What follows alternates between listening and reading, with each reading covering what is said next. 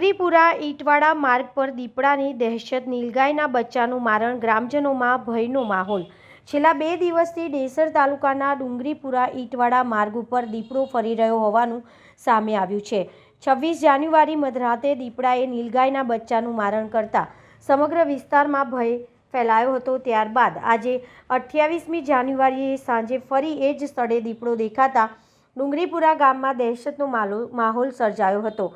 ડુંગરીપુરા ઈંટવાડા માર્ગ પર આવેલા તખતસિંહ પ્રભાસિંહ બારિયાના તમાકુવાડા ખેતરમાં આ ઘટના બની હતી। તખતસિંહ બારિયા પોતાના ખેતરમાં કાચું મકાન બનાવી ગાય ભેંસ અને વાછરડા રાખીને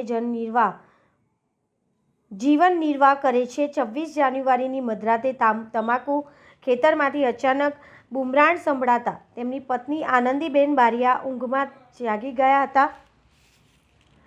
ટોર્ચ મારતા ખેતરમાંથી વિચિત્ર અવાજ આવ્યો હોવાથી તેઓ ગભરાઈને ઘરમાં ભરાઈ ગયા હતા।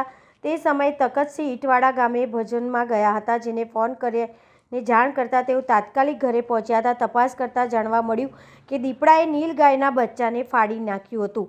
આ ઘટનાની જાણ થતાં બીજા દિવસે સવારે ગામમાંથી ટોળેટોળા ઘટના સ્થળે ઉમટી પડ્યા હતા। 2 દિવસ સુધી દહેશત યથાવત રહેતી વચ્ચે આજે સાંજે 7 વાગે ફરી એ જ ખેતરમાં દીપડો દેખાયો હતો। તખતસિંહના પુત્ર જયદીપ ખેતર તરફ જઈ રહ્યા હતા ત્યારે તમાકુના ખેતરમાં હલચલ જણાઈ હતી। પશુઓ બાંધેલા સ્થળે ટોર્ચ મારતા સામે દીપડો નજરે પડતા તેઓ ગભરાઈ ગયા હતા અને તાત્કાલિક દોડી ઘરમાં ઘૂસી ગયા હતા। ખેતરમાં બુમરાણ થતાં આસપાસના ખેડૂતો તેમજ ડુંગરીપુરાના ગ્રામજનો લાકડીઓ લઈને મોટી સંખ્યામાં ઉમટી પડ્યા હતા।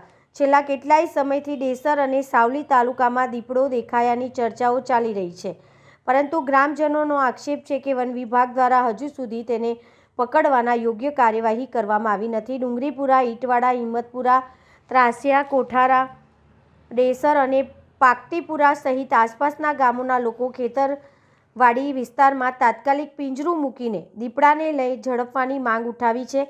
ગ્રામજનોએ ચેતવણી આપી છે કે જ્યાં સુધી દીપડો ઝડપાશે નહીં ત્યાં સુધી ઉપરોક્ત ગામડામાં દહેશતનું વાતાવરણ યથાવત રહેશે।